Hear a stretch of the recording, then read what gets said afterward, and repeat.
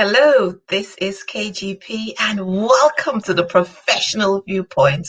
Here we tap into the minds of the experts, hear experiences, get views, reviews, and tips of the professionals from various backgrounds, which will be helpful in making important life decisions. Today's guest is Pam Stevens. Pam has a MSc in Health Sciences, a senior nurse for over 30 years, which with experiences which includes intensive care nursing. Welcome, Pam, to the professional. So, Pam, how are you? Thank you, Kashima, and thank you for the invitation and thank you for having me. I'm very good, thank you. Well done. So we just want to tap into your mind right now and delve into your experience to get some benefit and value. So can you tell us how long have you been in this role as a senior nurse, in intensive care?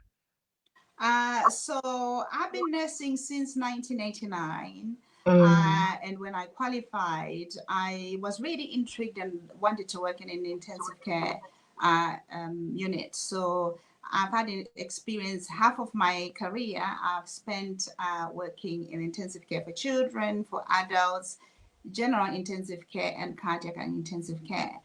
And in order to give my patients the best care, which is evidence based and research based, I went and backed up what I was doing with mm, academic training. And this is how, after doing my diploma in nursing, I went on to do advanced diploma in nursing, BSc in health sciences, and then master's in health sciences. And who knows, maybe PhD next.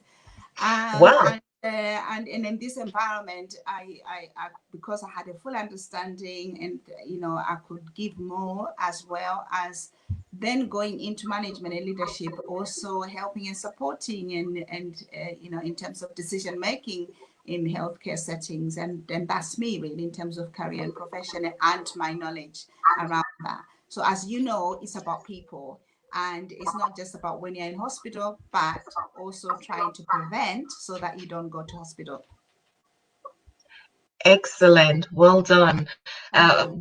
We're so grateful for, the fact that you were able to give so many people help, on so many different levels. So can you describe for us what can cause the body to be in a disease state?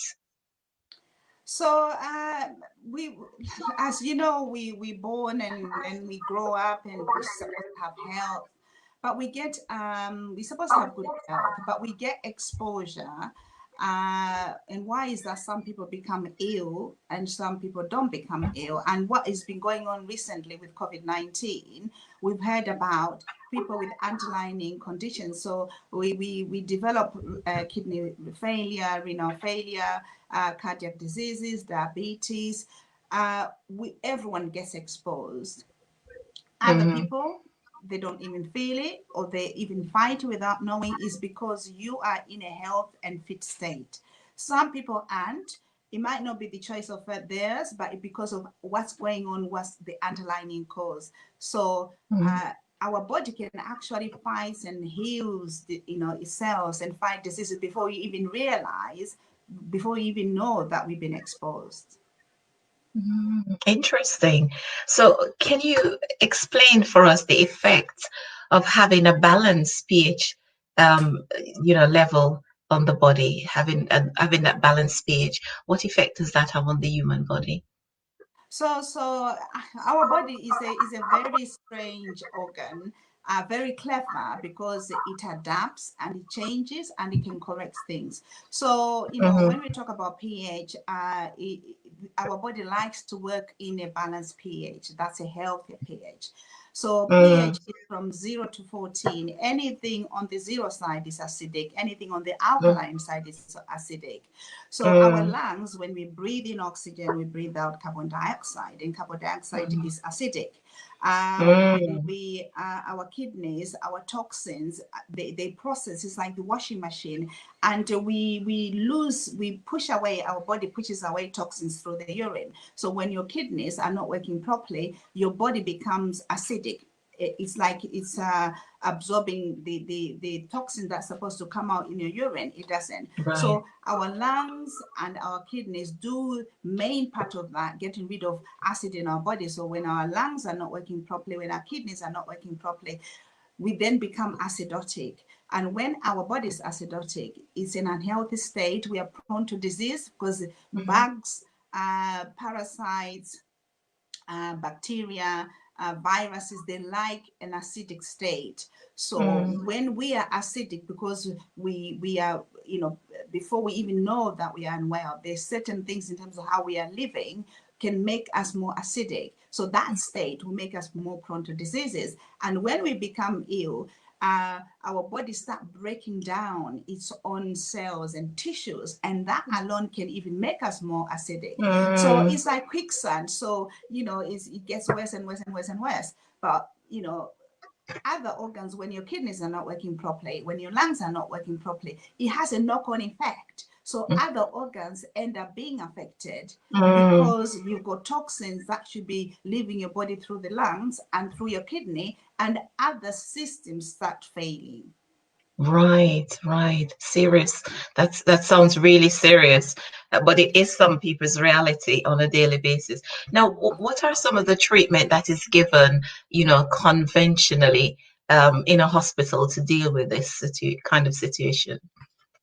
So really, when someone become unwell, we are aiming for someone not to go to hospital. Like, okay, you stay at home, eat well, make sure you rest, and you're well nourished, well hydrated. You're resting. You might go to your GP or doctor, and they give you antibiotics, but not everything needs antibiotics. Sometimes your body is able to fight. But when you Mm, get to a state where someone is going to hospital, that's an acute state.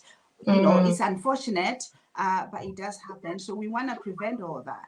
So mm, drugs that you get like antibiotics is just is to fight and to correct. So when you give agent to make your body less acidic, yes, it's a temporal measure just to buy time for your body, right. because what is making your body acidic is either your lifestyle, and now that you have a condition in their disease, so Mm, it's a temporal measure just to mm, give your body a chance to repair and heal itself. So they give all sorts of medication and drips.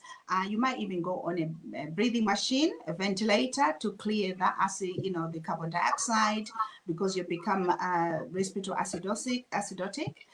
Or mm, you can go on a hemofiltration or temporal dialysis just to mm, take over and do what the kidney has been doing while your kidneys are healing and repairing themselves, and hopefully they'll kick back in and start working. But sometimes some people actually end up needing dialysis permanently because they become they're not, they die basically. Kidneys are not able to do their job. So yes, in hospital you can get treatment to correct, but it's only temporal to buy time, and some mm, people might not really recover from that. But what we want to aim to do is make sure we are living a healthy lifestyle, so mm. that when we get exposed, our body is able to fight diseases. So when you get really ill from something, you are able to recover from it, not ending up having to losing your life or not able to function like how you're functioning before.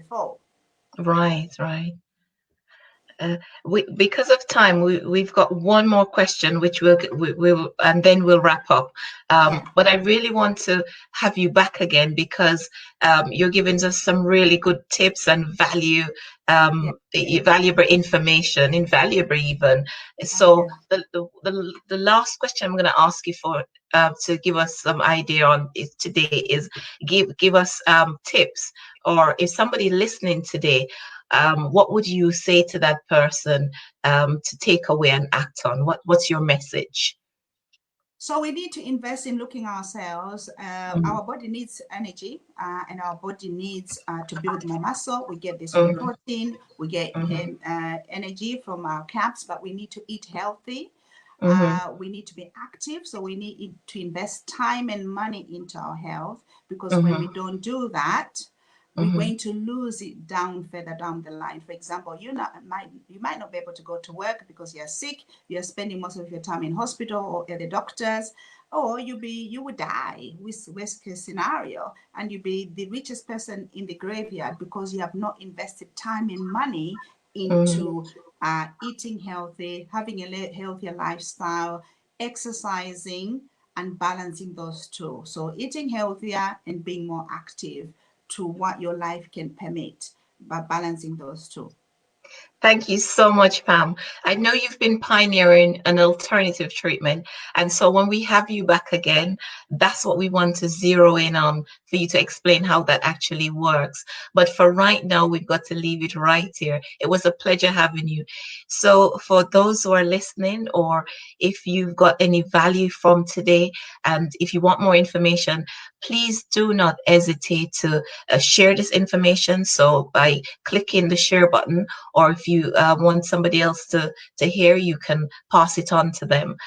For now, we you can also contact us with any questions via the professional viewpoint at gmail.com. So that's the professional viewpoint at gmail.com. And any questions you've got for Pam, we'll pass them on so you can get your question answers. But for now, we say goodbye. Until next time, we see you on the other side. Thank you, Pam. Thank you. Thank you for having me. You're welcome.